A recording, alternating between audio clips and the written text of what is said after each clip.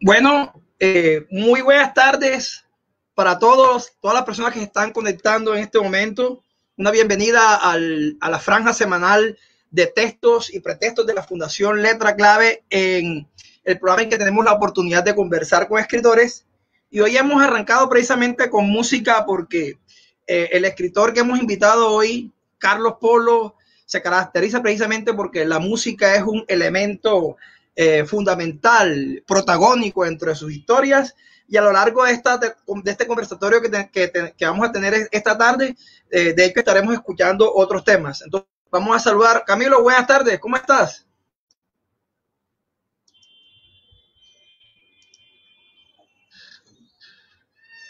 Camilo. Bueno, Camilo se quedó allá congelado, entonces. Y esperamos tener una charla bastante amena. Buenas tardes, Alfredo. Buenas tardes, Camilo. Nada, aquí gozándome esto, ¿no? Arrancando con toda la bacanería. Gracias por la invitación y bueno, esperemos que la gente se lo goce, que podamos adentrarnos en los temas que hemos venido perfilando y que podamos tener un buen jala salsero, rock and rollero, champetúo de nuestra cultura popular. Bueno, digamos, pasarla chévere en medio de digamos, como a la medida que vamos resolviendo algunas inquietudes.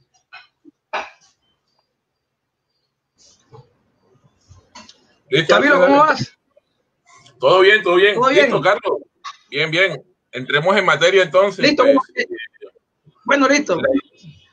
La idea de la charla hoy es como hablar un poco de la narrativa tuya, de las distintas obras que hay ahí de por medio y de cómo pues todas esas obras pues se fueron gestando a lo largo de estos años y de alguna manera pues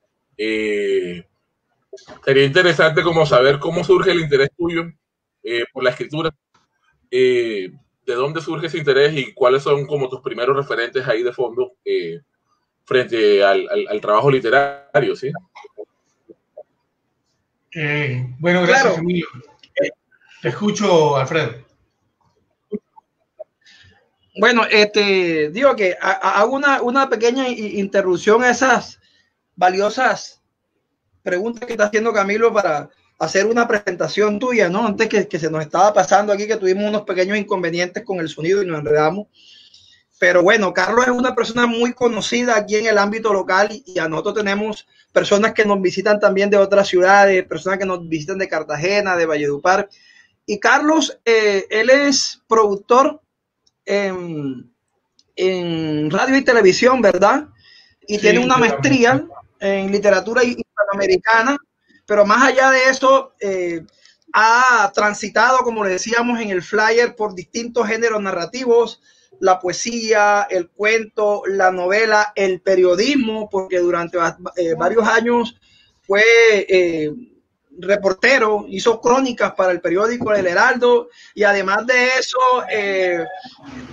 lo vemos aparecer mucho presentando eventos acá como el Caribe Cuenta. En fin, Carlos es una persona que no se queda quieta, que tiene facilidad para adaptarse a distintos escenarios, a distintos géneros narrativos, y habiendo hecho esta necesaria presentación, pues damos espacio a la pregunta que hizo los comienzo. Bien, es es una cosa particular porque yo creo que en mi caso no llegué a la literatura a través de una convicción académica, ni mucho menos, ni a través de haber transitado en su momento por la academia, ni era algo que tuve planeado nunca, digamos. Yo creo que la música tiene mucho que ver con eso. Durante algunos años empezó a interesarme la música, y una música que expresara algunas necesidades y digamos, la música conectada con lo contestatario me llamaba mucho la atención, y creo que por ahí empecé a tener interés por la literatura y por buscar también una manera de expresarme o de mostrar, de comunicarme más bien.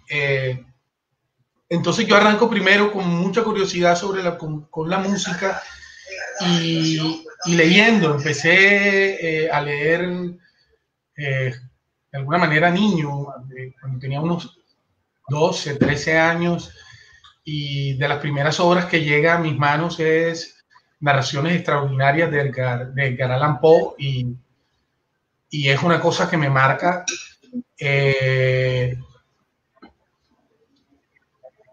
Y por ahí duré muchos años de alguna forma interesado por la música, y la literatura para mí era el goce de la lectura, y el goce de la lectura se me convierte en algún momento en una especie de, ¿cómo se le llama, no? En un hábito. Y cuando se me hace un hábito, en algún momento ese mismo hábito me lleva a la necesidad de escribir, de plasmar cosas, de plasmar sentimientos, emociones, sensaciones, y por ahí arrancó la cosa.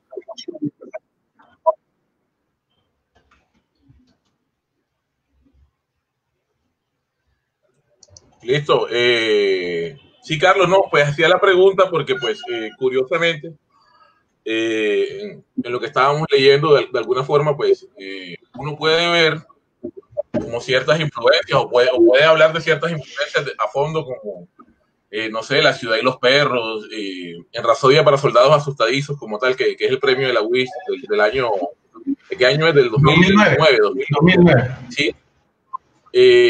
De pronto, pues, hablábamos con Alfredo de quizás de pronto alguna referencia de los soldados de Cepeda Zamudio, pero es una, digamos que es un texto que, pues, no sé si clasificarlo como cuento, como novela, como tal, sí. Yo creo que como cuento, porque está marcado dentro del asunto mismo del cuento, que va acompañado de un ritmo totalmente distinto, y que va acompañado de muchas canciones, de mucho bolero, de mucho vallenato, y que habla como del principio de una formación como tal, ¿sí? Entonces, también, pues, me recuerda un poco, pues, en la ciudad, ¿sí? Tú viviste en Carrizal mucho tiempo. ¿Cómo se marca ese impulso de todo ese segmento mismo de escribir estas historias y ya de marcarlo como un trabajo profesional, ¿sí? Como del inicio de lo que va ahí a enmarcarlo como un trabajo un poco más profesional, ¿sí? Ya cuando tú estás dentro del marco mismo como escritor profesional, ¿sí? Si podemos decirlo así.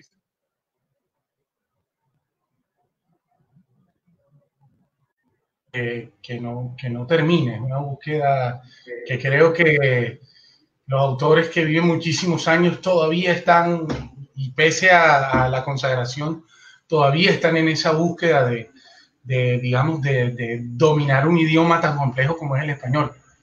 En mi caso, Rapsodia para reclutas asustadizos es una cosa particular, y es que nace. Yo quería en algún momento, como tenía la necesidad de contar una historia que estuviera enmarcada en una sola atmósfera, en un solo universo, y me pasa que en una conversación corriente en unos amigos, en aquel bar, en los inicios del bar Casa de Poesía, estábamos Pacho Manrique, Andrés Manrique y otros amigos más, y da la casualidad que por lo menos 3 de los que estaban en esa mesa habíamos prestado servicio militar y empezamos como a tirar recuerdos con relación a eso, y yo conté una historia que se volvió después un cuento, y ese cuento terminó siendo la base para la construcción del libro completo. Y es una anécdota, los que prestaron el servicio militar recordarán la famosa bola de nieve, que es una cosa muy, muy extraña, es una especie de castigo, que el soldado recluta le toca enjabonarse por completo en la madrugada y enfrentar así y formarse, salir a formar completamente enjabonado, y es una cosa muy absurda, pero tan absurda que es bastante divertida, que es bastante jocosa. Entonces uno de los presentes me dice: si tú escribes un libro que cuente ese tipo de historias, yo soy el primero que te lo compro. O sea, digamos, fue para mí como haber, de alguna manera, él obturó qué sé yo, un dispositivo, y yo dije, bueno, arranqué y le di la forma al cuento como tal, lo convertí, la anécdota lo convierto en cuento, y dije, bueno, pero es que aquí está precisamente lo que yo estoy buscando. Puedo contar o puedo armarme un libro de cuentos, que cada cuento tenga conexión el uno con el otro, que los personajes también estén interconectados, las mismas situaciones en una sola atmósfera y en un solo universo. Y en este caso era un batallón, un soldado X y una escuadra y un pelotón. Dentro de un batallón se viven las cosas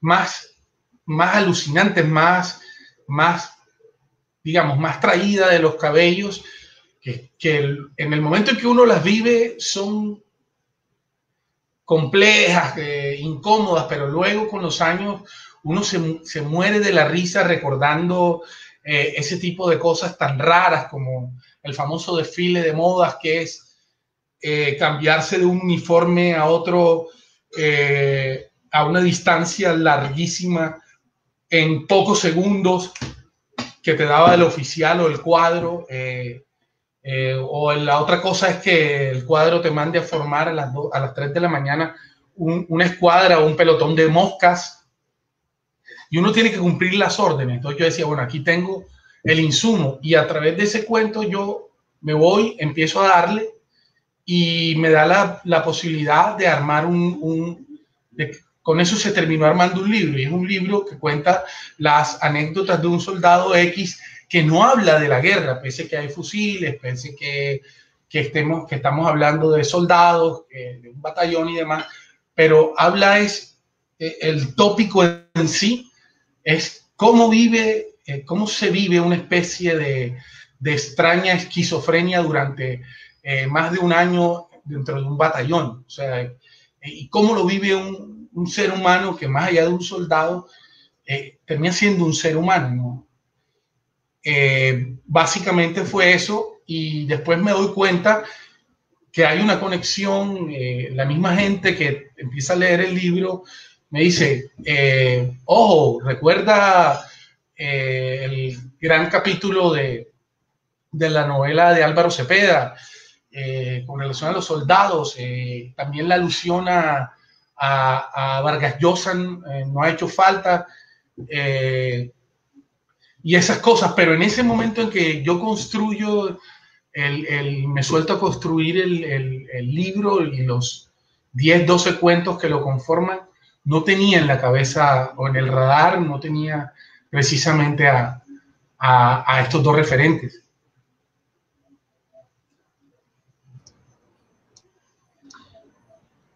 Bueno, aquí vamos a saludar aquí a la gente. Aquí está Fabiola Costa presente. Andrés Cótamo, buenas tardes, señoras y señores, un fuerte abrazo. Fair Delgado en sintonía desde Costa Rica. Astrid Sofía Pedraza, buenas tardes, saludos, saludos Astrid. Ahí está Fadir, está Claudia Lama, saludándonos también. Armando Madiedo, saludos, bro. Carmen Alvarado de Escorcia. Bueno, ahí tenemos ahí la gente que está saludando y que me imagino que más ahorita te da algunas preguntas. A propósito de eso que tú estabas hablando, Carlos, ¿verdad? Yo también cuando estaba leyendo este libro que fue galardonado con un premio en la UIS, se me vinieron escenas de la ciudad y los perros también, como tú lo habías dicho, uno siempre se va a esa vida del soldado en el batallón. Pero en el caso de tu libro, y que es un libro pues donde la frontera entre el cuento y la novela es, digamos que invisible, porque se puede leer como un libro de cuentos o se puede leer como una novela. Cada uno de los capítulos o cada uno de los cuentos, digamos que tiene una unidad, tiene su propio conflicto, pero aparecen enmarcados en un conjunto mayor. Y es donde va pasando como también esa transición, porque también es en ese libro de cuentos nos damos cuenta de que hay un avance en el paso, por ejemplo, del recluta, desde el momento en que está apenas haciendo yo no presté el servicio, pero antes de que ellos juran bandera, ¿no? Desde el momento previo a la jurada, y luego al momento posterior, y todo lo que representa la sensualidad para los soldados, que es algo, digamos, casi proverbial, habida cuenta de que permanecen mucho tiempo sin ver mujeres y prácticamente cuando salen se quieren devorar a todas las mujeres, y eso se ve mucho ahí en ese libro. Pero además también yo encontré referencias con una obra de Cabrera Infante, como Los Tres Tristes Tigres. Y encuentro la referencia es en la importancia que va teniendo la música en cada uno de tus relatos. Va apareciendo, sobre todo en la música incidental que va acompañando, que está de hecho, dentro de las mismas historias, cuando los soldados están en un prostíbulo, cuando se le está viniendo la canción a la memoria, una salsa, una champeta. ¿Qué nos puedes decir tú de esa manera en que la música te ha influenciado a ti y la manera en que tú has sabido utilizar la música como un instrumento para enriquecer tus historias y de alguna manera como para generar un impacto distinto en la sensibilidad del lector? Porque hay que tener en cuenta, ¿verdad? Ya con esto cierro la idea de que en Cabrera Infante se ve mucho eso también, esas melodías, pero que se requiere en muchos sentidos de que el lector conozca la melodía para que pueda realmente se pueda generar la sensación, el cuadro que está construyendo el escritor. Entonces, ¿qué nos puedes decir tú sobre esa relación, esa importancia que tiene la música ahí, especialmente en ese libro?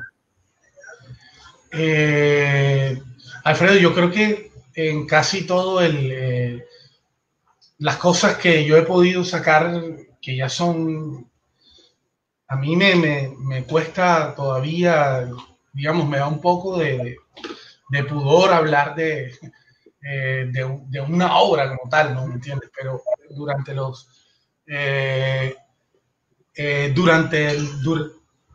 durante el tiempo que llevo apostándole a esto y he tenido la posibilidad de sacar, que salgan siete libros, ¿no? 7 productos terminados, la música ha estado siempre presente. La música más allá, y creo, y estoy casi completamente seguro, que más allá de ser una especie de acompañamiento incidental, hace parte de las atmósferas, y eso también está conectado no solo con la cultura popular que me ha permeado a mí de una forma profunda, porque hasta los 34 años viví en barrios populares. Eso está ahí, y además el mismo Cabrera Infante creo que está conectado con el ser caribe, eso de que la música nos toque, que nos hable y que lo llevemos y lo aboquemos a la literatura. Tú lo ves en Cabrera Infante, si vas a Padura y los libros relacionados con este alter ego Mario, el policía Mario Conde, tú vas a encontrar ahí también bastante música, bastante referencia a la música. Pero llegó un momento en que yo empecé como a pulir más esto y para mí dejó de ser como un acompañamiento incidental, como si fuera una película, y cada una de las alusiones musicales se terminaron convirtiendo en parte de las atmósferas y casi que en personajes, casi que hablando, ¿no? Y eso creo que está, que se nota y que puedes encontrarlo en Es de noche cuando los gatos son pardos, en la novela, que es el libro más reciente, no, bueno, el libro de narrativa más reciente. Quería responder una pregunta de Fadir. Fadir me pregunta que cuánto ha influido la poesía en la narrativa, y yo solo puedo contestar de dos maneras. Una es que yo arranqué escribiendo poesía. Yo no, las primeras veces que yo me atreví a escribir cosas, la escribí con la intención de la poética, digamos, con la poiesis en la cabeza, ¿no? La creación. Y durante muchos años estuve ahí pensando en eso, ¿no? En hacer poesía, en ejecutarla, y ahí estuve un tiempo. No obstante, yo creo que la base, en mi caso, la gran base de la literatura en general es la poesía. A veces creo que incluso si yo le saco a la novela esos pequeños chispazos poéticos, la novela me quedaría coja. Si hago lo mismo con los 3 libros de cuentos, igual. Porque es abarcativa, ¿no? Es muy abarcativa, y su poder estético siempre me llama. Yo siempre voy al redil con ella, vuelvo al redil con ella.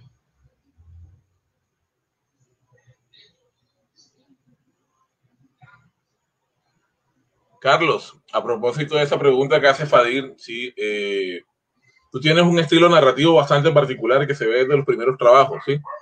El uso del lenguaje, ¿sí?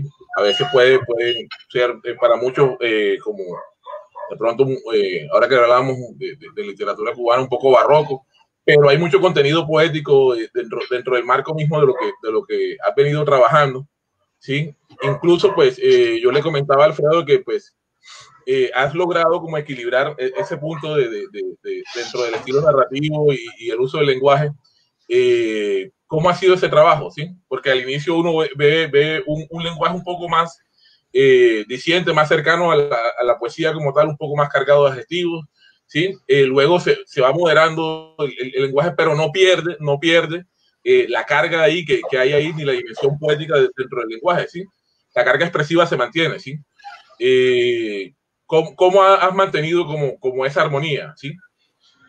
Es una búsqueda, Camilo, una búsqueda completamente consciente, en la que desde que comencé he intentado hacer un extraño cóctel donde que los ingredientes son bastante particulares y disímiles. Imagínate, la cultura popular, el hablante, sin temerle al hablante popular, sin temerle a la cultura popular, y a eso agregándole la poiesis, la poética, y a eso también agregándole la música, y también pensando a veces pensando en la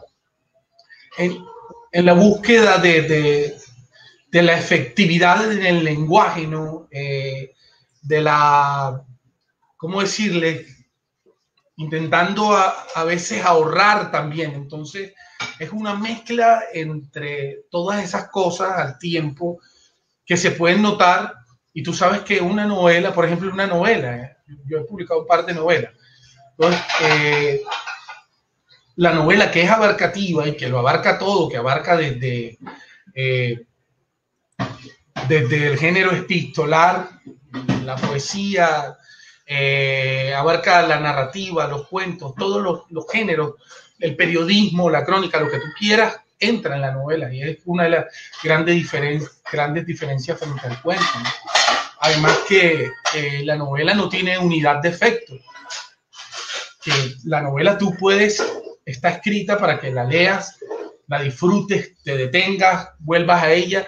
En cambio, el cuento sí tiene una unidad de efecto, que tienes que leerlo de alguna manera de principio a fin. Y esa es una búsqueda que yo siento que me ha brindado a mí algunas posibilidades. Y me ha cobijado de alguna forma y me ha dado una especie de... Cuando se habla de la voz personal, de la voz propia, creo que ahí está en esa búsqueda, que aún no he terminado de encontrar, que aún no he terminado de decantar, que todavía se me dificultan cosas, que todavía estoy en el proceso de aprendizaje.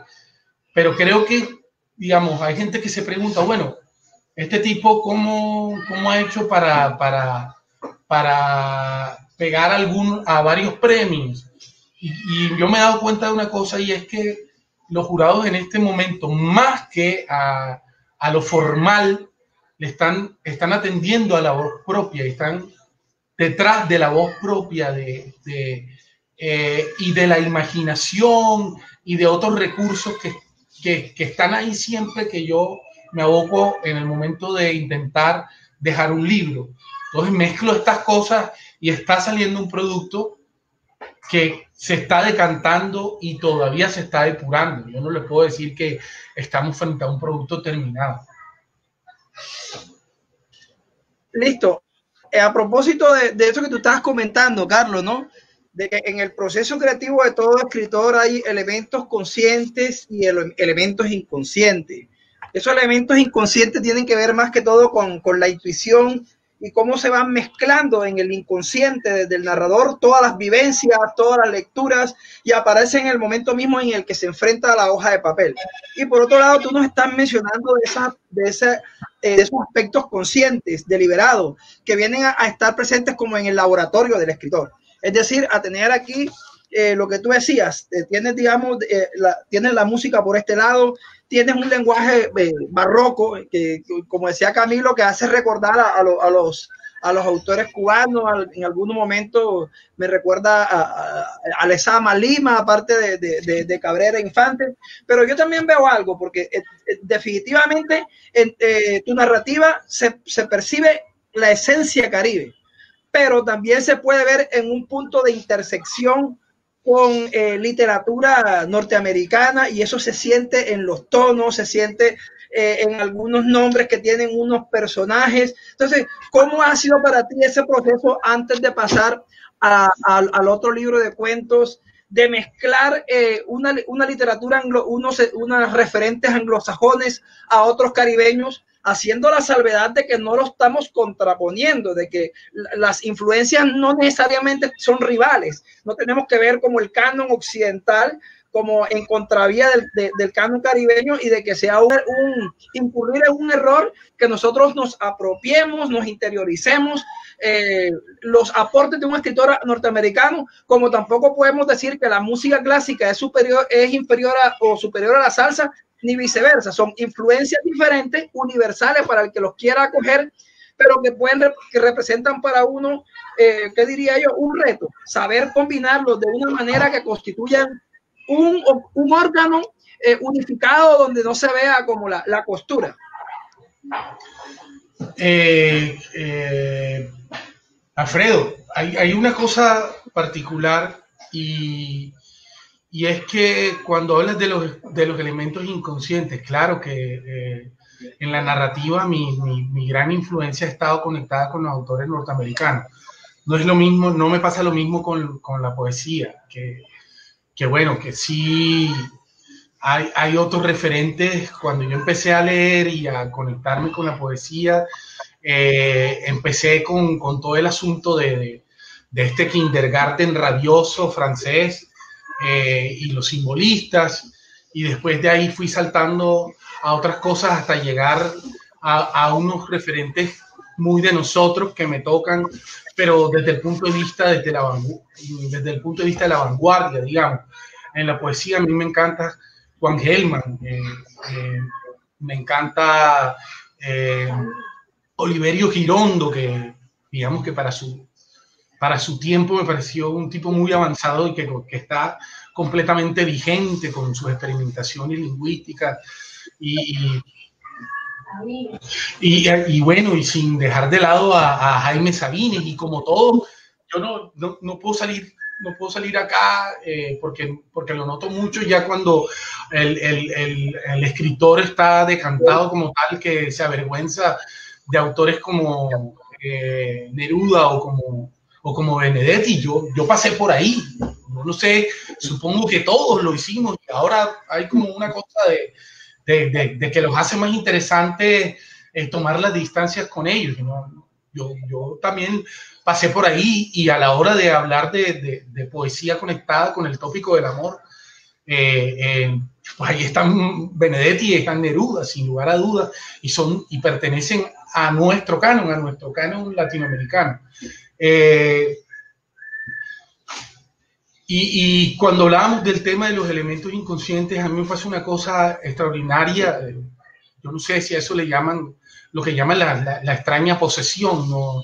Lo que viene de afuera, que muchas veces yo conscientemente estoy cuidando la historia y la idea cronológica de la historia y para dónde quiero ir, y de un momento a otro hay una cosa como una especie de engolosinamiento con el lenguaje, y tiene que ver eso con la poesía, que es una especie de posesión donde mando al carajo el significado, los significantes, y mando al carajo todo eso, y lo único que hago es dejarme llevar por la emoción poética y por lo que me quiere decir la misma palabra. Y entonces empiezo con un juego de silogismos y un juego con el lenguaje, y me dejo ir, y de sonidos, y eso tiene que ver también un poco con la música, y es como si fuera una especie de jazzístico o de solo de guitarra, y dejo que eso pase, y eso lo puedes encontrar en varios de los libros. Tú puedes sentir miércoles ahí Apolo le dio una de esas posesiones en específico, y es uno de los momentos que más disfruto en el momento de la escritura. O sea, lo disfruto mucho más que la construcción, digamos, sesuda, cuidada, ¿me entiendes? Eso también lo disfruto, pero cuando me llegan esos arrobamientos, digamos, esos momentos, esos extraños chispazos, y puedo durar 3 cuartillas dando vueltas sobre una simple energía, un sonido o un susurro, pero dejándome llevar por eso. Y me ha pasado una cosa bonita con eso, que la gente que ha tenido la posibilidad de encontrarse con esto en medio de los libros me lo ha agradecido. Me dice, es una cosa divertidísima, agradable, y luego vuelvo al redil de la construcción consciente, cuidada sobre el hilo conductor y cronológico que vamos cuidando, ¿no? Y uno con los años y digamos teniendo acceso ya a la academia, porque yo mucho tiempo fui un autor netamente visceral y netamente orgánico, o sea, que venía de acá adentro, y luego del paso por la academia, con las herramientas que me entregó la maestría en literatura, me abrieron otras puertas, y se me abrieron otras posibilidades relacionadas precisamente con lo académico y con técnicas, ¿no? Y el dato escondido,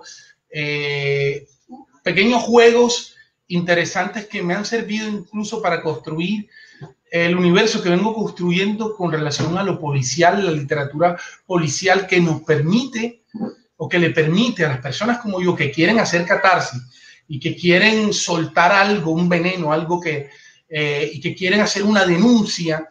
No hay nada digamos, literariamente, las mejores posibilidades para hacer eso, para mostrar las llagas de una sociedad, es el policial.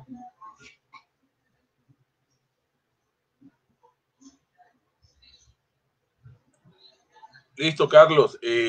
Antes de pasar al cambio de registro, ahí ya estamos metiéndonos con el asunto policial, sí, y de hablar de pronto de las malas noticias.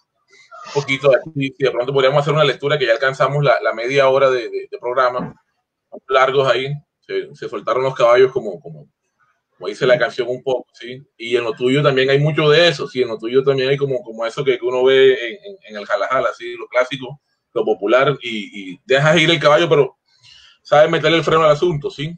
Entonces, mira, si quieres, voy a saludar al público mientras tú preparas algo para leer, y nos vamos haciendo el cambio de registro, y vamos hablando un poco de las malas noticias llegan primero, y nos metemos con los gatos al final, ¿sí? Como para irle dando orden al asunto. Entonces, la lectura tendría que estar conectada con las malas noticias, ¿no? Sí, vamos con las malas noticias, y ahora retomamos el asunto ahí. Saludamos a la gente que sigue llegando ahí, ¿sí? Fadir te agradece por la respuesta. Llegó Carlos Ortiz Agua, el tocayo tuyo, dice saludos, tres manes firmes. Carmen Alvarado está ahí. Carmen Alvarado Escorcia está saludándote también, habla de la individualidad y habla del trabajo del escritor. Laura Ballesta Gil, también está Iván Fontalvo, que llegó ahorita también, Emiro Montes y León Murcia, ¿sí? León Murcia hablando del registro mismo de la novela en los últimos 10 años como tal, desde Noche cuando los gatos son pardos, ¿sí? Entonces, Carlos, si quieres te escuchamos un rato de lectura y ya pasamos y hablamos un poco más del cambio de registro, ¿sí? Bien, ok. Voy a leer un pequeño fragmento. Voy a saltarme para que no sea como tan largo, ¿no? Pero este es un texto de Las malas noticias llegan primero. Voy a leer algunas apartes de así como suelto para que se le tome el pulso. El día en que el río y el mar cayeron del cielo. De un golpe, Henry sacó 3 bolitas de la olla. El niño se puso furioso porque ya eran las 5. Ya eran 5 las bolitas que había perdido de su propia colección, de esas nacaradas que todos queremos atesorar. Pero su preocupación era que Henry tenía que repetir el disparo. Henry apretó la bolita entre sus dedos y soltó un cañonazo que pasó volando por la olla sin tocar un solo bolinchón. Miré atrás para ver qué cara ponía Armando porque era su turno, pero ya no estaba. Aplicó la misma de siempre. Se largó para su casa calladito, sin decir nada porque también lo estaban pelando. Un viento frío se tomó el lugar de un momento a otro. Arriba, el cielo azul y despejado se convirtió en una capa densa y oscura de nubes negras. Huele a lluvia, dijo Henry, que empezó a recoger su ganancia. En el centro de la cancha se empezó a formar un pequeño remolino, una hojarasca mezclada con bolsas plásticas, papeles y otras basuras. Pacho comenzó a corretear el remolino como queriendo entrar en su centro. Un trueno que sonó como si el cielo se estuviera reventando a pedazos, acompañado por una ráfaga de centellazos, nos encandiló a todos. Voy a hacer un salto. Cuando llegamos a un lado del playón fue que la vimos. Pacho se quedó un buen rato como embobado mirando para el cielo. No joda, mira esa vaina, una tromba marina, dijo poniéndose una mano de visera como buscando el gran azul. Lejos del barrio, un embudo oscuro como un remolino de agua y brisa se veía clarito atravesando el horizonte. A su lado había 2 más pequeños que eran como sus hijitos. La parte delgada estaba cerca de la tierra y la gorda como rascando las nubes. En ese momento empezamos a sentir otra vez ese olor fuerte a agua lluvia, a río, pescado revuelto. El primer bocachico me pegó en la oreja izquierda. A Pacho le cayó un ataque de risa porque ese lado de la cara se me puso rojo como un tomate.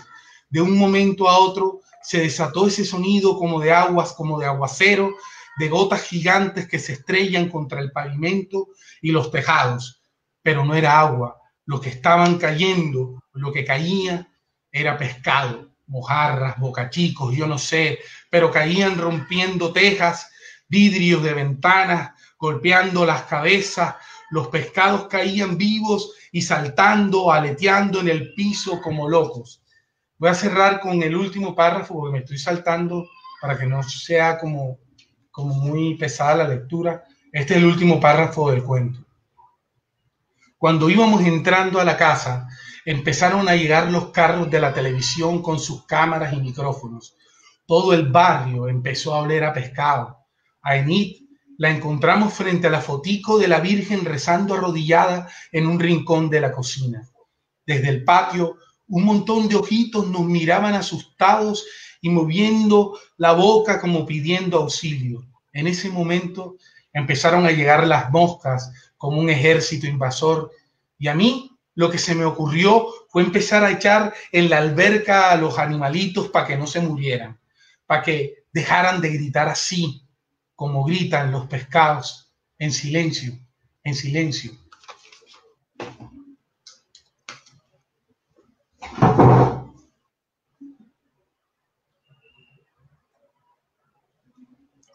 El micrófono.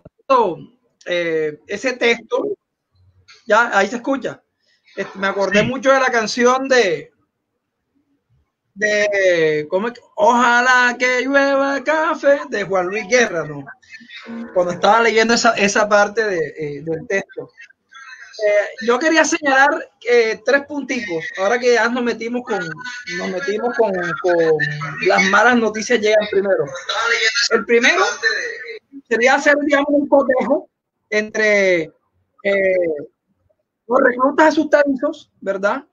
Y las malas noticias llegan primero porque si ambas,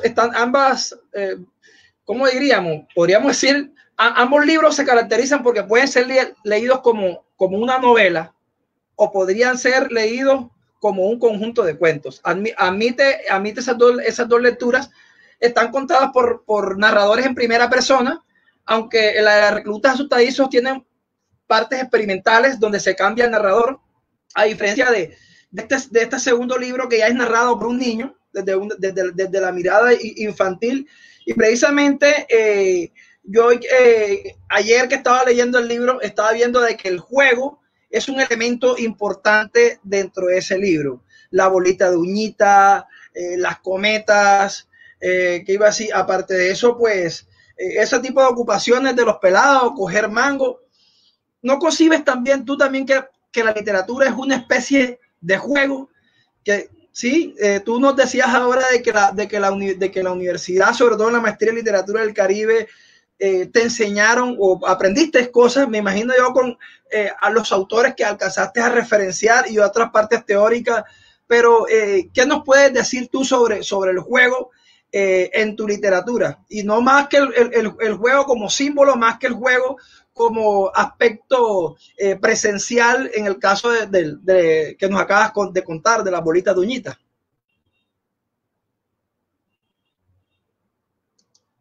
¿Cuál fue el gatillo, ¿no? que se oprimió para que este libro cogiera forma? Y es una preocupación. Yo soy padre de familia, mi hijo recientemente cumplió 13 años, el libro ya tiene unos 3 años. En ese momento yo lo veía a mi hijo tan conectado con los nuevos formatos y las tecnologías y demás, y yo decía, este loco se perdió de un universo tan hermoso que está conectado con el ser Caribe también. Y yo le preguntaba, bueno, ¿cuántas veces en tu vida has jugado bolita uñita? ¿Cuántas veces en tu vida jugaste al escondido? ¿Cuántas veces en tu vida, Sebastián, has tenido la oportunidad de elevar una cometa con tus amigos del barrio? En fin, entonces eso me dio a entender de alguna forma que hay una niñez en específico, una infancia que se ha ido desapareciendo de alguna manera. Y en la medida en que nos vamos corriendo más hacia el norte de la ciudad,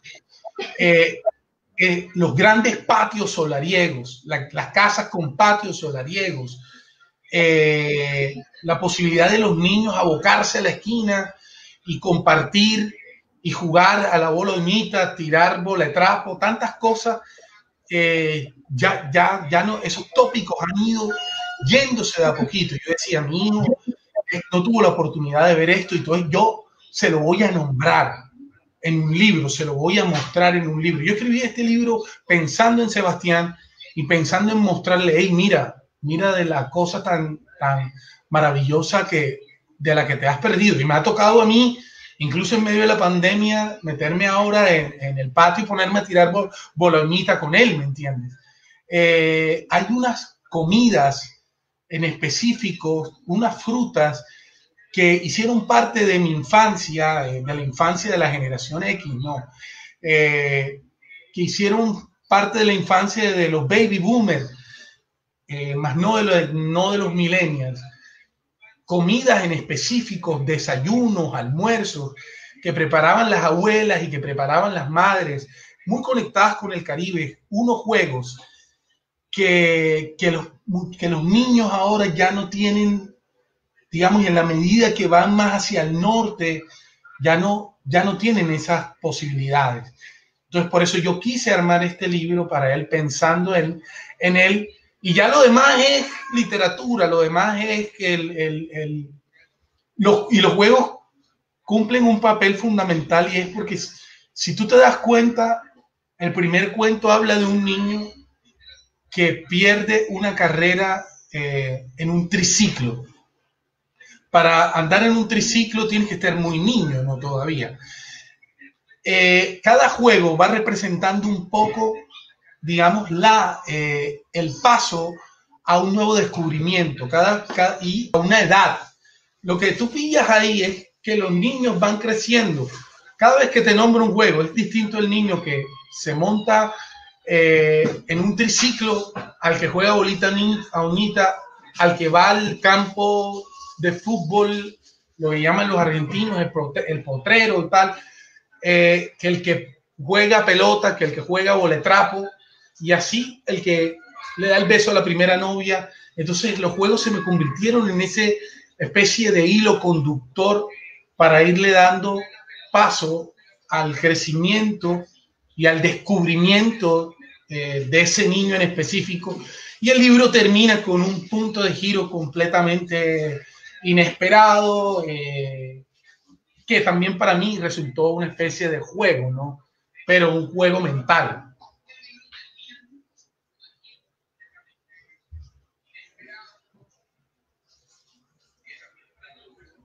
Listo, Carlos. Leyendo los cuentos, no sé, se me enreversaba un poquito ahí el asunto de cuentos y novelas de formación, sí, que uno pues leía cuando niño, en otra época quizás.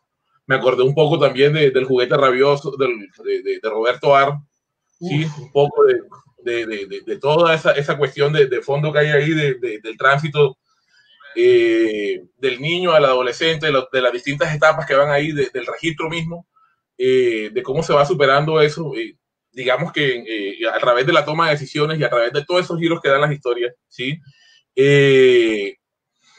¿Cómo te aventuraste tú de fondo frente a este tipo de narrativa? Sí, porque pues yo lo veo un poco más cercano al hecho mismo de que es literatura de formación, ¿sí? Un poco como el mismo epígrafe lo dice, ¿sí? El epígrafe pues habla un poco de la búsqueda del tesoro como tal, ¿sí? Así el tesoro termine siendo un tesoro nefasto de alguna manera, ¿sí? Pero uno siempre se levanta con ese tipo de ilusiones. Entonces, sobre todo en la niñez, ¿sí? Uno siempre, todo cambio es importante, ¿sí? Innecesario, sí. Bueno, y yo no es que tenga una pelea con eso, en términos generales. No sé si ustedes tuvieron acceso a una película que también es un libro que se llama Historias sin fin. ¿Recuerdan? Sí. Y había una cosa con la nada, ¿no? Un tópico con la nada. Y es precisamente lo que yo perseguía a la hora de escribir esto, y es que yo no quiero que esa infancia desaparezca. No quería que desapareciera. Para mí fue tan bonita, tan valiosa, que por eso tenía que dejarla ahí para mi hijo, y yo no sé si de pronto para los hijos de otras personas puede ser importante o no. pero digamos, cuando alguno de los cuentos ha salido, tengo la posibilidad de salir en la prensa o publicado en alguna parte, lo primero que me dicen las personas, tanto de mi generación como de generaciones anteriores a las mías, es que sintieron una identidad, ¿no? Se sintieron identificados, los tocó. Y esa es la búsqueda en últimas, no general. Yo pienso que más allá de, y es una cosa muy personal, digamos, me preocupa pontificar. Ustedes saben que yo para eso soy malísimo. No congenio con el tema de pontificar. Pero yo creo, tengo una convicción muy personal, podría estar equivocado. Y es que lo que persigue la literatura, en última, es ser eficaz a la hora de transmitir las emociones. Es ser eficaz a la hora de transmitir emociones.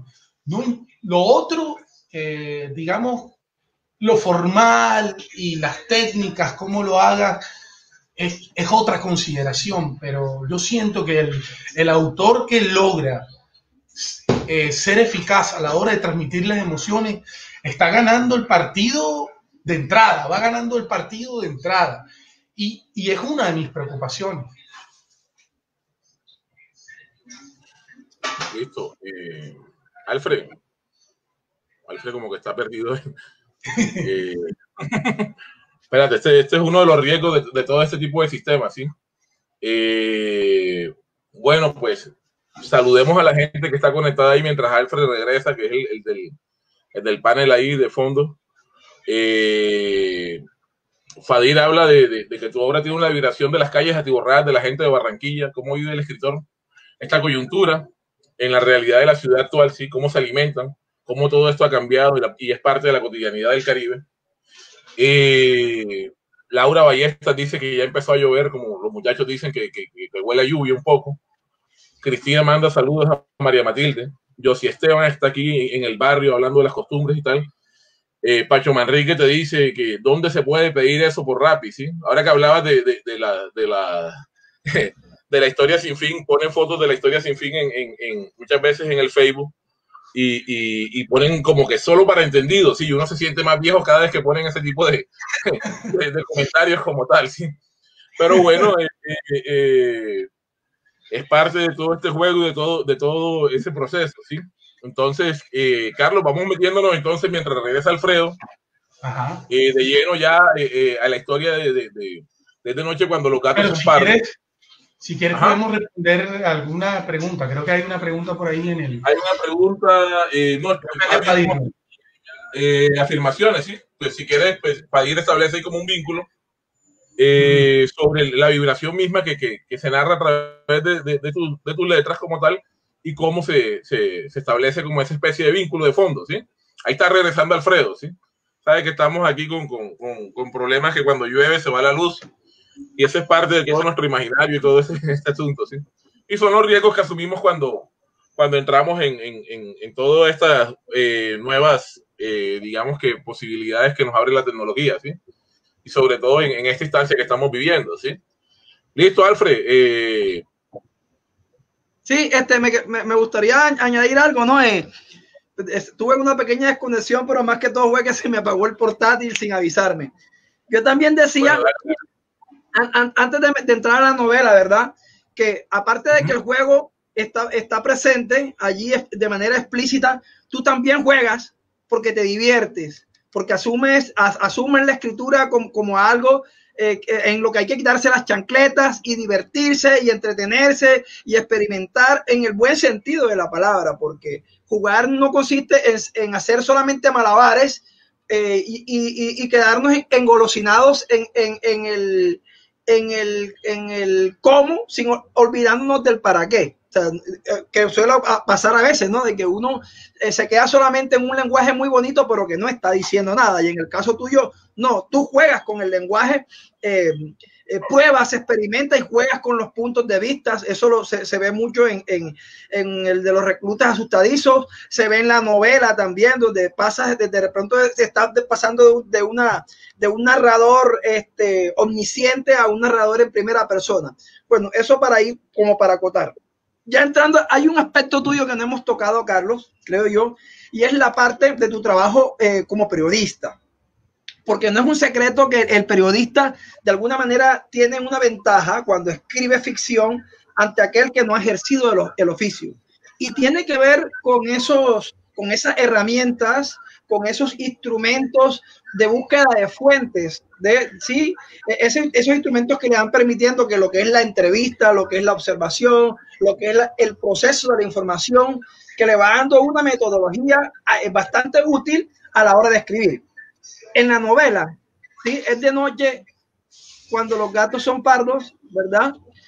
Nosotros vemos ese elemento, aparece ya el elemento y de hecho en el mismo narrador en primera persona, que es un periodista que nos recuerda a esos personajes de la novela de Raymond Chandler, ¿ya? El personaje es, ¿qué diría yo? ¿Cómo es que se llama? Que no son precisamente un dechado de virtudes, sino que son underground, marginales, alcohólicos, problemáticos. Desencantado, exactamente. Entonces, mi pregunta va dirigida hacia allá. ¿Qué tanto ha potenciado el ejercicio del periodismo tu trabajo como escritor? Eso como preludio para que, digamos, nos metamos ahora de lleno en tu novela. Claro, Alfredo, sin lugar a dudas ha sido una cosa maravillosa porque aquí me gusta hablar con anécdotas, ¿no? En algún momento, cuando Ernesto McCausland, el flaco McCausland, se le ocurre la extrañísima y absurda idea de vincularme al periódico El Heraldo, cuando él me dice, yo necesito que venga todos los días y que seas periodista de planta, porque cuando él me llama pensé que me estaba invitando a escribir para la revista dominical y sobre cosas de cultura, que es lo que yo manejaba. Yo no soy periodista o no había ejercido el periodismo ni lo había estudiado. Y resulta que él me dijo una cosa, me dijo, te estoy dando una oportunidad grandiosa, tómala. Te vas a dar cuenta, no en este momento, cuando termine este proceso, que lo que haces ahora va a ser completamente distinto. Vas a ser un Carlos Polo, el de ahora, que está entrando aquí, y un Carlos Polo, el que va a salir por esa puerta después de. Fueron como palabras visionarias, casi que, diríamos, casi que premonitorias, y muy reales, o sea, porque el ejercicio de enfrentarse a una página en blanco diaria y de enfrentarse a tocar un tema que no conoces muchas veces, la gran mayoría de las veces intentarlo abordar con tus propias herramientas lingüísticas y como si fueras un experto, porque eso es lo que esperan de ti tanto el editor como los lectores. Es una cosa complejísima, dura, y que uno aprende en la marcha, o sea, del día a día, equivocándote, y te genera un montón de herramientas valiosas y que se interiorizan, que tú terminas interiorizando y no te das cuenta, o sea, no es tan consciente cuando escribe cuando está escribiendo el poeta o cuando está escribiendo el periodista en sí. Ahora, el ejercicio de Es de noche cuando los gatos son pardos es casi un ejercicio periodístico muy, muy cercano a la crónica judicial, ¿no? Podríamos decirles que este libro es una larga crónica judicial que aborda o se segmenta en distintas crónicas judiciales que están conectadas de alguna manera con la realidad, pero una realidad trastocada por la ficción, lo que se conoce como la autoficción, y es tomar todos los elementos de la vida real, tus vivencias, tu experiencia vital, y hacer con eso literatura, y hacer con eso un poco de poesía, y hacer con eso ficción, y llevarlo a los extremos. Entonces, a los extremos que rompan con la misma realidad. Entonces, cada libro ha nacido de una especie de necesidad. Y Es de noche cuando los gatos son pardos, para mí eran dos necesidades. La primera yo sabía que yo iba a escribir algo relacionado con el periodista que le tiene que su insumo diario para sobrevivir es la muerte. Porque el periodista judicial, su insumo, prácticamente su insumo diario es la muerte. Con lo que se tiene que defender es con los muertos que arroja la noche, que arroja la ciudad. Y es una cosa dura, durísima. Yo decía, esta vaina me toca, esto me está haciendo vainas en el alma, en el espíritu. Y yo tengo que escribir de esto, estando dentro del periódico, cuando me tocó, porque yo 2 veces estuve en judicial. La primera vez estuve casi 1 año completo y la segunda vez también estuve como otro año completo hasta que salí y tenía eso en la cabeza. Lo otro es que también vivimos en una sociedad netamente, pese a que se, digamos, hay una especie de conciencia frente a las injusticias y demás, y a las preocupaciones sociales. Vivimos sin lugar a dudas en una sociedad aún patronalista, donde el jefe atropella y el jefe es el hijo de puta más hijo de puta y tiene ese derecho porque simplemente es el jefe. Y entonces yo quería, a través de la literatura, mostrar que todavía existe esto en esta sociedad en pleno siglo XXI, y quería de alguna forma dejar plasmado una especie de denuncia frente a esto, de denuncia social frente a eso, porque no puede ser posible que ese patronalismo muy feudal y muy patriarcal todavía esté y se encuentre en la persona que ejerce el poder más pequeñito. El vigilante, el conductor de un bus, cada uno en medio de su pequeño feudo de poder, se esponja y se vuelve un sátrapa. Y me parecía absurdo, doloroso. Quería dejar sentado esto. Entonces el libro nace con esas 2 preocupaciones, y hay otras que se suman desde lo periférico, y es las transformaciones que está viviendo el periodismo, que es el periodismo y la prensa escrita frente a las nuevas tecnologías, ¿no? Frente al fenómeno de las nuevas tecnologías, que es una cosa muy compleja. Entonces es un libro muy, muy, muy periodístico, de alguna forma. Listo, Carlos. Has hecho un rockstar esta tarde, está toda la gente conectada aquí, mandándote saludos, te quieren, mejor dicho, Carlos, si te tuvieran ahí estaría lleno de frío y de abrazos, compadre. Eso, todos son mis amigos. Mira, todos somos amigos aquí. Todos son mis llaves, toda es gente que uno quiere, que saben que uno la lleva en el corazón, y que pese a que mi cara de ampón y de matonzuelo a veces genera cierta...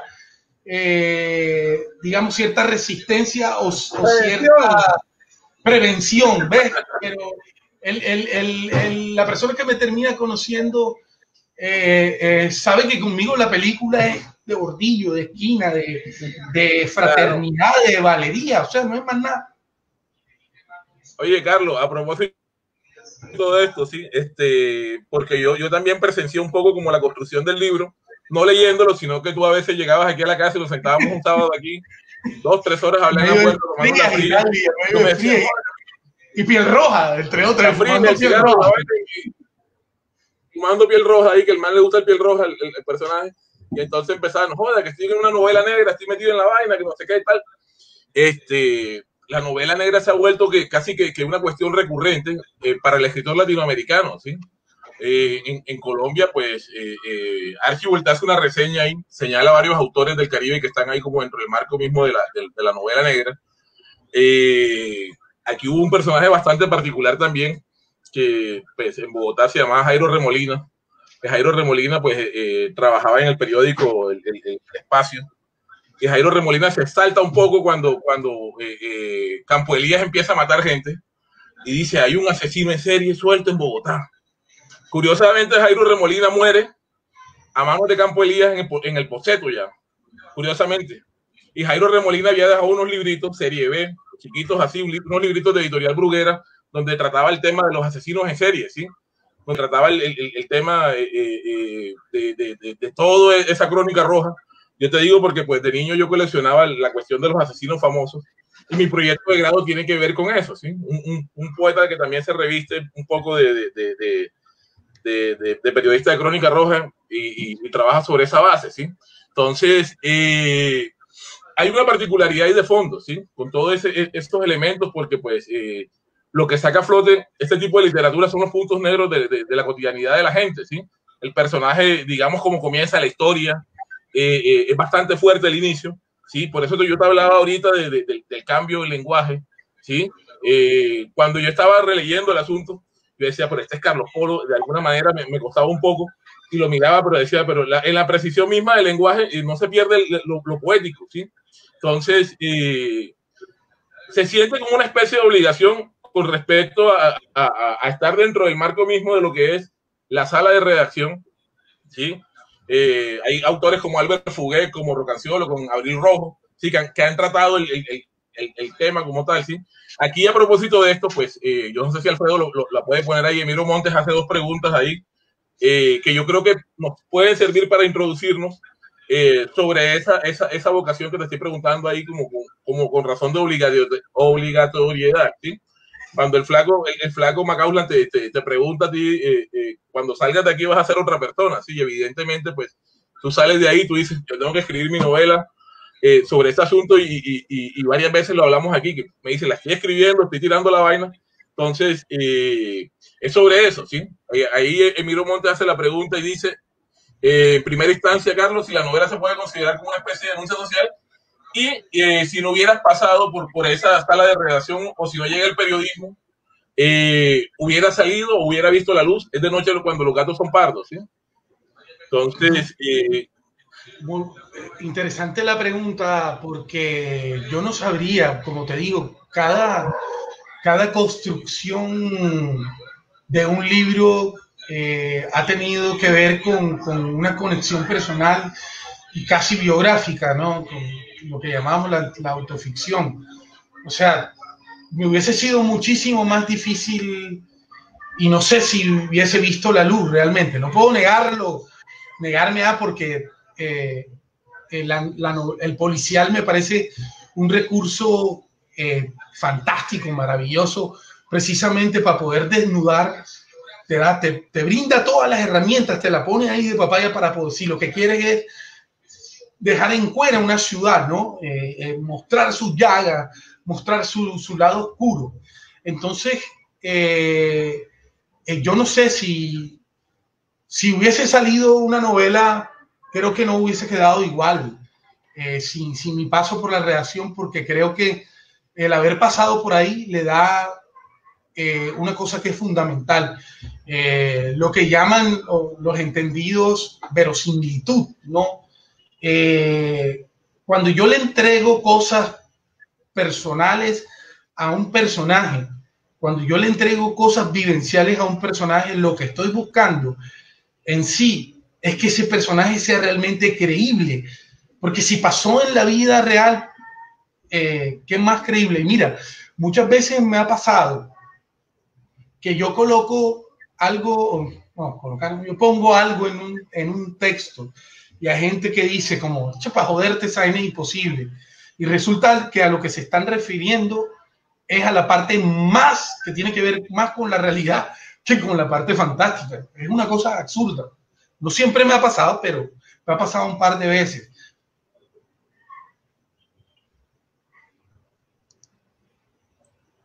Alfred.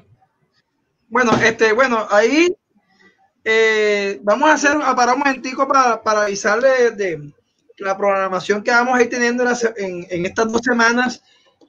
Vamos a contar con unas sorpresas.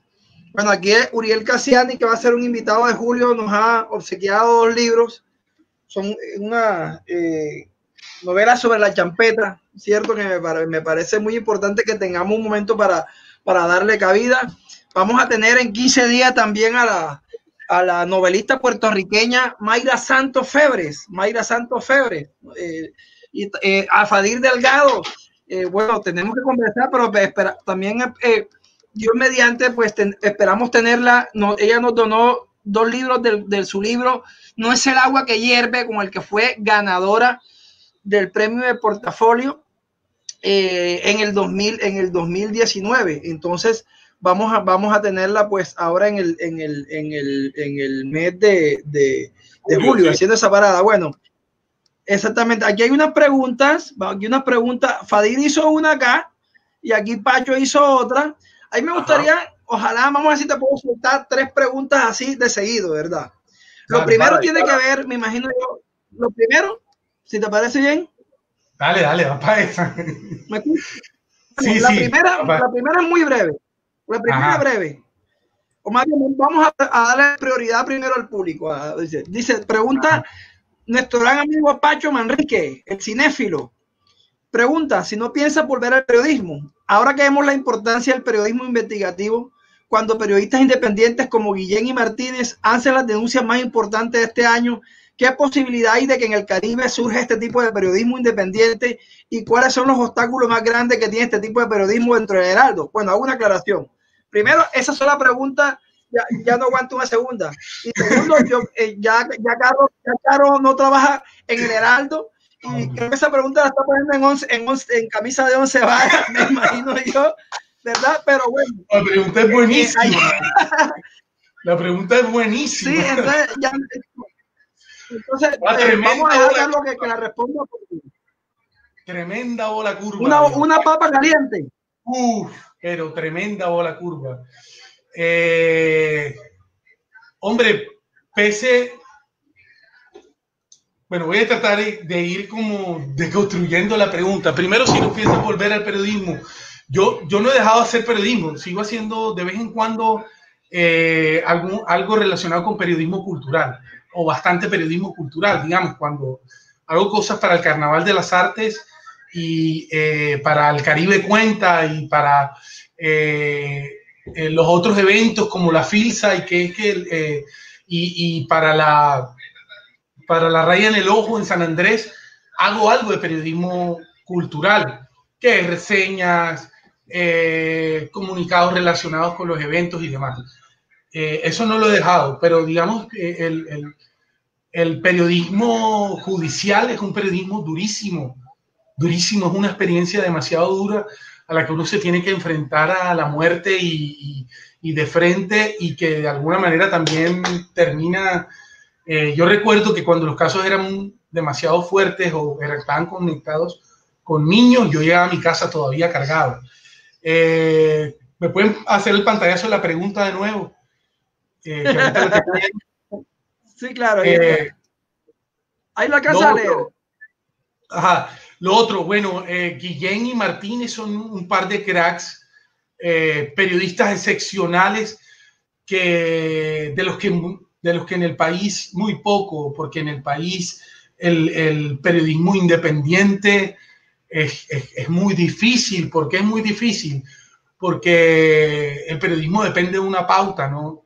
Y generalmente las pautas amarran al periodista. Ya en sí, cuando un medio depende de algunas pautas y de algunas empresas y digamos, y de algunos tratos relacionados con los administrativos y las administraciones, se va perdiendo la independencia. Es muy difícil, aunque en medio de se dan cosas, no tan de frente como este par de cracks, o como Coronel, o como este maestro de semana, que en este momento se me escapa el nombre, que es el periodista investigativo considerado el más importante de Colombia, que ha sido amenazado varias veces y hace poco recibió fue víctima de un atentado porque destapó una olla relacionada con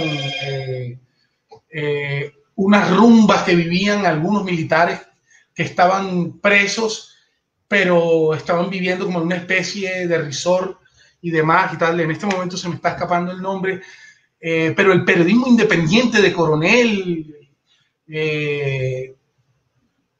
digamos, el periodismo independiente que no se casa realmente con ninguno de los bandos, ni ninguna de las visiones políticas, es dificilísimo en un país donde los medios, sin lugar a dudas, y los medios tradicionales sobre todo, y sin lugar a dudas, no hablar de eso sería mentirse.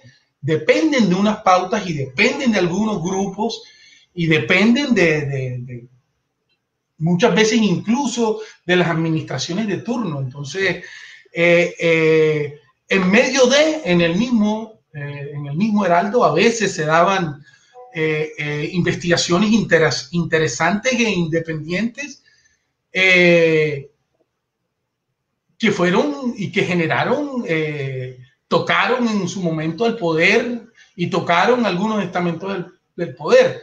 No todo es tan desastroso como tal, pero no podemos negarnos a la realidad contundente de los medios tradicionales, y eso ha afectado muchísimo de alguna manera a la prensa escrita y al medio tradicional en términos de la credibilidad frente a las nuevas dinámicas y frente a las nuevas tecnologías y enfrentarse a ese monstruo, porque cualquiera en este momento con un celular, digamos, no tiene el mismo oficio del periodista que sí sabe cómo abordar una historia, pero sí puede tomar la foto, sí puede registrar el video y decir en 2 o 3 párrafos algo, en un solo párrafo, en 2 líneas, algo de lo que está viendo y lo que está sucediendo, así sea un asesinato, un atraco o cualquier otra cosa, o una denuncia.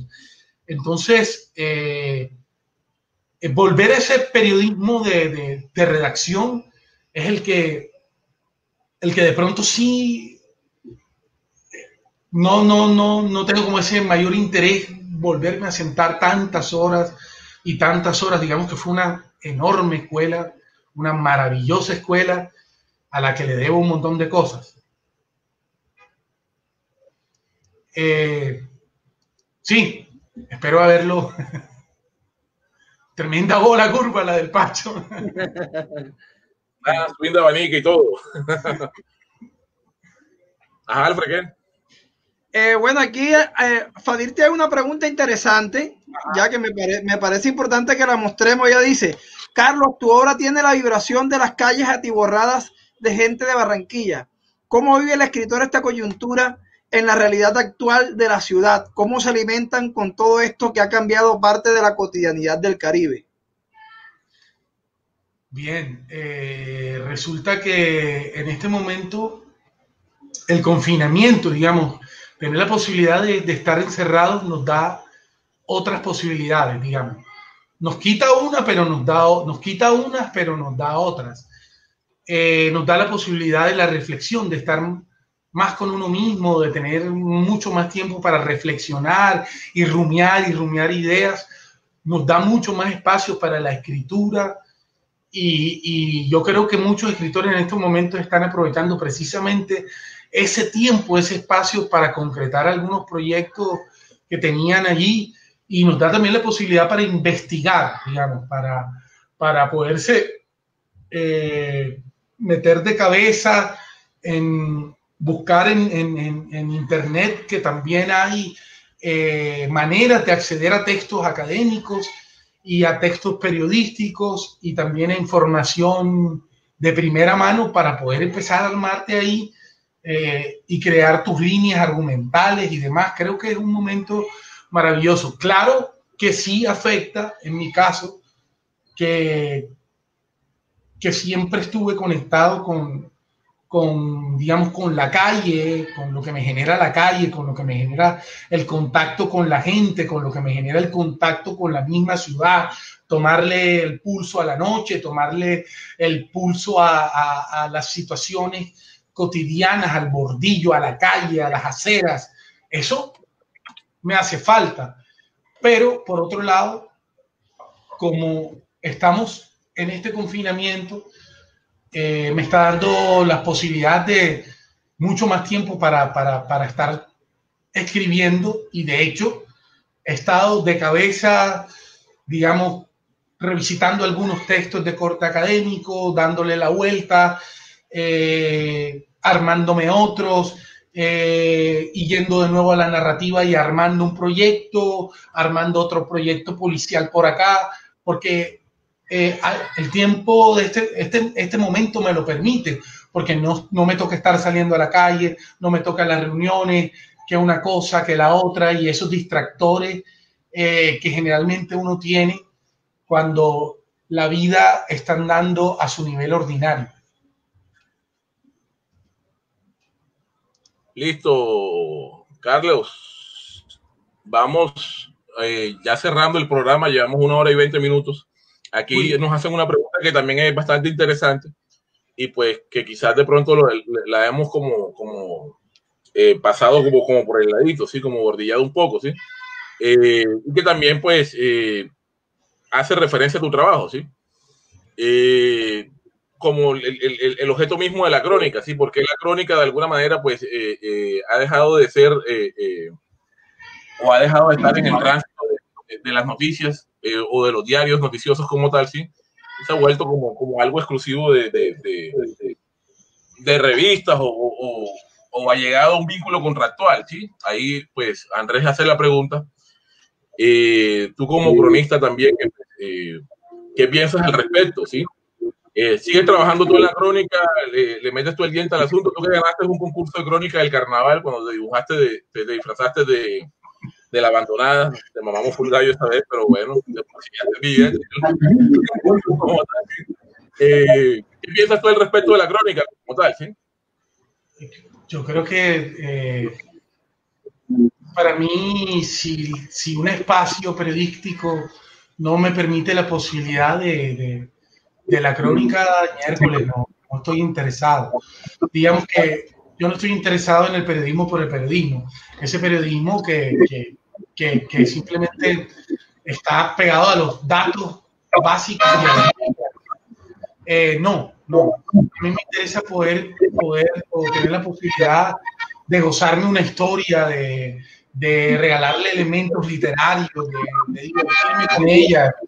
Yo recientemente tuve la posibilidad bueno, ya ni tan reciente, ya hace unos mesecitos, de jalarme una crónica que me gustó mucho, me la vacilé bastante, me la gocé, con relación también al carnaval y a una gran comparsa teatral que dirige Manuel Sánchez, y tuve la posibilidad de caminarme con ellos todo el desfile de la 44 y alimentarme de todo lo que vi, de todo lo que viví, y los previos y demás, y contar esa historia, y ahí está. O sea, otra cosa, que tú tienes mucha razón en eso, que la crónica ya no goza como del gran espacio, porque los periódicos, en el afán de competir frente a los medios alternativos y las nuevas tecnologías, el espacio se hace cada vez más reducido. Entonces, bueno, se le da prelación a la foto, a la infografía y a otras cosas que al texto largo y al desarrollo de una historia. Entonces, tú puedes encontrar crónicas en los periódicos generalmente los domingos, los fines de semana, los festivos, y todavía lo puedes encontrar por ahí en El Espectador o en los suplementos dominicales o en los suplementos culturales y en las revistas que están dedicadas exclusivamente para eso. También hay otras páginas de carácter digital donde digamos que se permite esa posibilidad de explayarte con la historia, y están ahí. No desaparece ni está en peligro de desaparecer. Creo que hay muchas personas todavía interesadas que le cuenten una historia muy bien contada con elementos literarios, y que a su vez que tenga, que también su extensión sea interesante o de largo aliento, ¿no?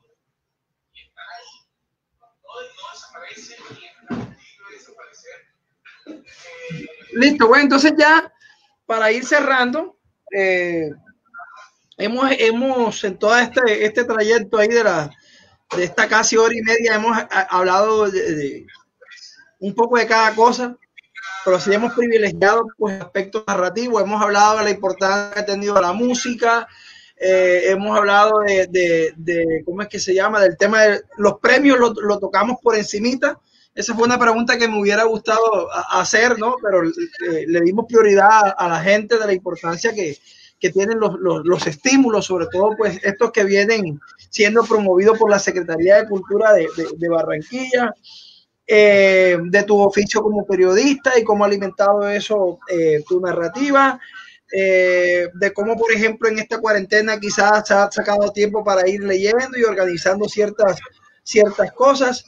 Entonces considero que ha sido una conversación bastante enriquecedora. Y bueno, estamos muy agradecidos contigo y muy agradecidos con toda la gente esa que nos ha estado acompañando y sin cuyos aportes, sin cuya interacción, este espacio no tendría la misma dinámica. Yo te propongo algo, Carlos, ya como para irnos despidiendo, si nos puedes leer otro fragmento de un texto que tengas por ahí y le ponemos algo de musiquita al final. Ok, listo, voy a leer algún fragmento de Los Gatos Pardos. Voy a ver qué me encuentro por aquí. Ojalá y tenga como algún...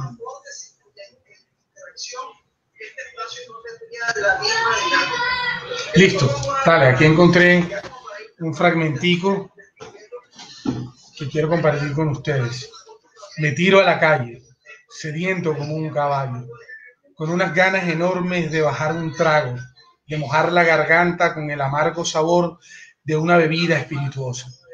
Pero la noche está cerrada, melancólica y taciturna, mojada.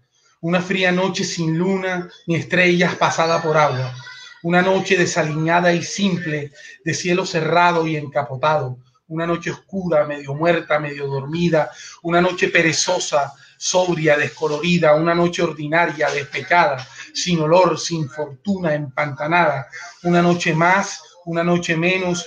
Una noche que no suma, que no resta, una noche sin música ni melodía, sin baile, una noche plagada de sapos cantores y grillos gritones, de zancudos asesinos, de vampiritos diminutos pinchándote la piel, una noche gris, desdibujada, malquerida, malcontenta, mal cogida, mal encarada, refunfuñona, que se monta en el centro del pecho como un saco pesado de cebollas podridas y malolientes. Una noche más sin ti, sin ella, sin porvenir, sin esperanza, sin posibilidades, sin tus ojos, sin tus labios, sin tu risa, sin tus puñales.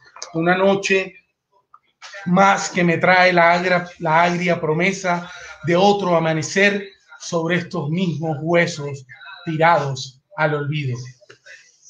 Wow. Soy yo, Carlos. Bueno, ahí Alfred, el sonido. El sonido. Ahora, ¿qué tal? Ahí tengo. No, Alfredo, que está hablando solo ahí. Bueno, Alfredo. ¿Ya listo? Sí, estaba sin sonido. Bueno, listo. De nuevo te queríamos dar mucho las gracias por compartir con nosotros tus textos, tus experiencias con relación a la creación. Uno quisiera extenderse y hora y media es bastante para otros programas, pero siempre quedan cosas que se están quedando por fuera del tintero, porque un solo libro daría para que nosotros nos quedáramos allí. En todo caso, ha sido muy provechoso, de verdad, te queremos agradecer. Antes de darte la despedida, recordamos a la gente que el próximo viernes vamos a tener aquí a Carolina Zamudio, ya que nos va a estar compartiendo desde el Río de la Plata, y el último viernes del mes conversaremos desde Puerto Rico con la cuentista y novelista Mayra Santos Febres. Estamos tratando de unir todas esas voces australes y ¿cómo es que se llama? Rioplatenses y caribeñas. Si tienen algo que decir, Camilo. No, agradecerle a la gente que ha estado por ahí, la gente que se conectó. Un saludo a Rosalba del Valle, que está conectada ahí desde Bogotá, una amiga de siempre. Agradecerle a la gente la sintonía, la fidelidad, y agradecerle a Carlito. Yo creo que Carlito se merece un aplauso ahí, ¿no? ¿Verdad? Y un abrazo gigante que nos encontramos de nuevo. A Carlos, acá no. Para mí, Hombre, para mí súper contento porque las preguntas fueron pertinentes, me sentí en casa, fue una cosa muy afable, tuvo precisamente ese equilibrio entre lo formal y la informalidad, la cosa agradable, la cosa sabrosa. Me la pasé bien, y eso que no me tomé ni una sola fría ni un vinito, pero voy para esa enseguida. Estoy pendiente de hacerles llegar también unos libros del último libro, ¿no? El de poesía, Cantos Azules, que es el que tengo, porque la novela se me agotó, y el otro también. Entonces, los que tengo son esos, y los estoy moviendo, y la gente está respondiendo bacano. Siento que cada vez hay una cosa como de afabilidad. Yo recuerdo que mis inicios fueron muy a trompicones, muy difíciles, había demasiada prevención con esa locura que yo estaba intentando proponer desde lo popular y demás, que no joda, había mucha resistencia. Y además yo entiendo que cuando arranqué bastante pollo, y con, digamos, demasiado verde tal vez, y así me tiré a la loca, pero hemos ido decantando cosas, y yo les digo que me parece muy chévere que la gente se conecte con esta jugada, que vean que es una cosa de corazón, más allá y que hay una preocupación por seguir avanzando, y eso se ha ido notando, y quizás es lo que ha pasado con este tema de los premios o no los premios, que eso al final de cuentas no importa. Yo les digo una cosa con toda sinceridad: si yo tuviera la plataforma de una gran editorial importante que me diera la posibilidad de escribir con la tranquilidad que necesita mi familia para sobrevivir y demás, me importaran un carajo los premios y ni siquiera participar en una vaina de esas. Yo me meto en estos cuentos porque es necesario para poder sobrevivir de lo que amo, de lo que me gusta, de lo que ha sido, de lo que me salvó la vida, hermanos. Sin lugar a dudas, aunque parezca una cosa loca, sin la literatura, sin esta cosa de la música, si esta vaina no hubiera mi vida, tenía abierta un montón de otras puertas que no eran bonitas, que no eran agradables. Y la literatura me ha dado esto: un montón de amigos, un montón de hermanos como ustedes, un montón de gente buena vibra, como también palazos y puñales y machetes y rayos y vaina, pero no importa, de eso se trata. Bacano. Bueno, ella le suelta el tema, que ya nos vamos, la ley dice que hay que romperla. Vamos. Ya no digo.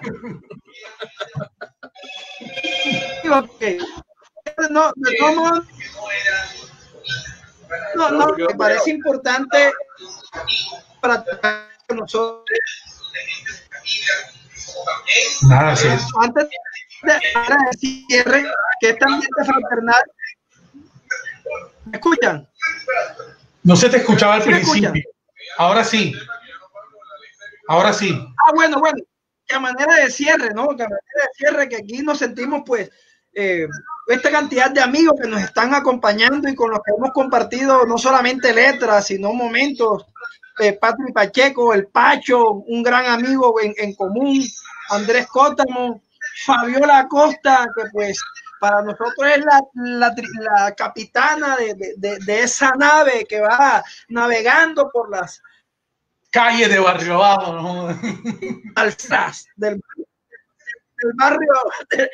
barrio bajo, ¿ya?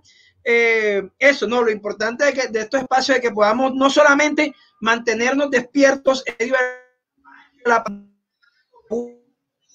segunda tanda, ¿qué diría yo? O sea, tener la literatura como bote salvavidas y la amistad, que me parece que es lo más importante. Entonces, chévere, viejo Charlie, por ese compartir, pues, tan sentido. Chévere, pues, con todas las personas que nos acompañaron. Y bueno, vamos a despedirnos aquí con un poco de salsa, ¿no? Eso. A ver si estamos la primera fría del día.